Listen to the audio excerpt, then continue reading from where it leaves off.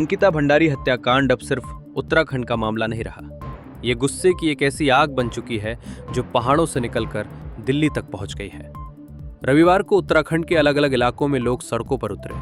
देहरादून में हजारों की भीड़ मुख्यमंत्री आवास की तरफ बढ़ी। हाथों में पोस्टर, बैनर, तख्तियां और जुबान पर सिर्फ एक बात, न्याय चाहिए। खास बात यह रही कि बड़ी संख्या में महिलाएं इस प्रदर्शन की अगुवाई करती नजर आईं। नारे गूंज रहे थे, माहौल भारी था और गुस्सा साफ दिख रहा था। परेड ग्राउंड से शुरू हुआ ये मार्च जैसे ही आगे बढ़ा, पुलिस ने बैरिकेडिंग कर दी। यहीं हालात बिगड़ गए। धक्का मुक्की हुई, लोग बैरिकेड पर चढ़ गए, कुछ सड़क पर ही बैठकर धरने पर बैठ गए। नारे, जनगीत और आक्रोश सब कुछ एक साथ फूट पड़ा। इसी दौरान एक प्रदर्शनकारी के घायल होने की खबर से अफरा तफरी भी मची। लोगों की मांग साफ थी, इस पूरे मामले की सीबीआई जांच हो और जिस वीआईपी का नाम बार बार सामने आ रहा है उसे तुरंत जांच के दायरे में लाया जाए। प्रदर्शन के अंत में सरकार को ज्ञापन सौंपा गया और ऐलान कर दिया गया 11 जनवरी को पूरा उत्तराखंड बंद रहेगा। साफ चेतावनी दी गई कि अगर एक हफ्ते के भीतर कार्रवाई नहीं हुई तो आंदोलन और तेज होगा। लेकिन यह गुस्सा यही नहीं रुका। दिल्ली के जंतर मंतर पर भी लोग जमा हुए। उत्तराखंड से जुड़े प्रवासी और समर्थक सड़कों पर उतरे और केंद्र सरकार से सीबीआई जांच की मांग दोहराई। लोगों का कहना था, अगर दोषी कोई भी हो, चाहे कितना ही ताकतवर क्यों न हो, उसे सजा मिलनी चाहिए।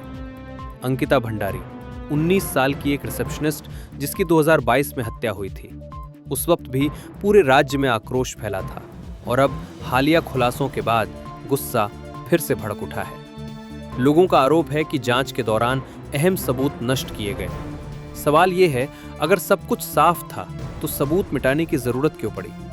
एक और बेहद गंभीर बात यह है कि शुरुआती जांच में ही यह सामने आ गया था कि अंकिता पर एक वीआईपी मेहमान को विशेष सेवाएं देने का दबाव बनाया जा रहा था और इसका जिक्र उसने अपनी निजी बातचीत और चैट में भी किया था।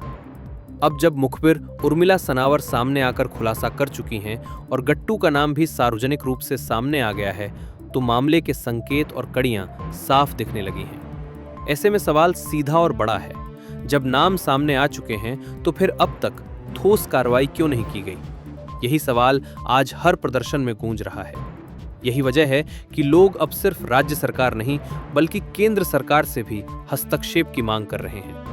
आंदोलनकारियों का साफ कहना है, ये लड़ाई तब तक नहीं रुकेगी जब तक सच्चाई सामने नहीं आती और सभी दोषियों को सजा नहीं मिलती। अंकिता भंडारी का मामला अब महज एक हत्या नहीं रह गया है। ये उस पूरे सिस्टम पर करारा तमाचा है जहां सबसे बड़ा सवाल ये खड़ा होता है, क्या कानून वाकई सबके लिए बराबर है या फिर ताकतवरों के लिए अलग नियम लिखे जाते हैं? यही सवाल आज उत्तराखंड से लेकर दिल्ली तक सड़कों पर गूंज रहा है। हम बस यही चाह रहे हैं कि जो नाम सामने आए हैं उनको इग्नोर नहीं कर सकते हो आप। आपको सीबीआई जांच करनी चाहिए और सुप्रीम कोर्ट द्वारा मॉनिटर्ड कमेटी द्वारा करनी चाहिए। अगर वो नाम आए हैं तो कोई तो उसका बेस होगा ना, कोई तो रीजन होगा। अगर नहीं भी है तो जांच के थ्रू आप करवा दीजिए कि नहीं ये गलत था। तो जब आप जांच से बचते हैं तो आप संदेह को गहरा कर देते हैं। हमारी यही मांग है सीबीआई द्वारा मॉनिटर्ड कमेटी जिसमें सुप्रीम कोर्ट मनोनीत जज के थ्रू एक जांच होनी चाहिए और अगर वीआईपी है या नहीं है उसका खुलासा हो जाएगा, बट कम से कम जांच का आदेश तो होना चाहिए और जिन्होंने सबूत मिटाए उनके खिलाफ कार्रवाई होनी चाहिए। ये एक बृहद अभियान है पूरे राज्य के अंदर और लाखों लोग जुड़ गए। अभी आप राज्य के कई हिस्सों में आज भी, इससे पहले भी और चल रहा है।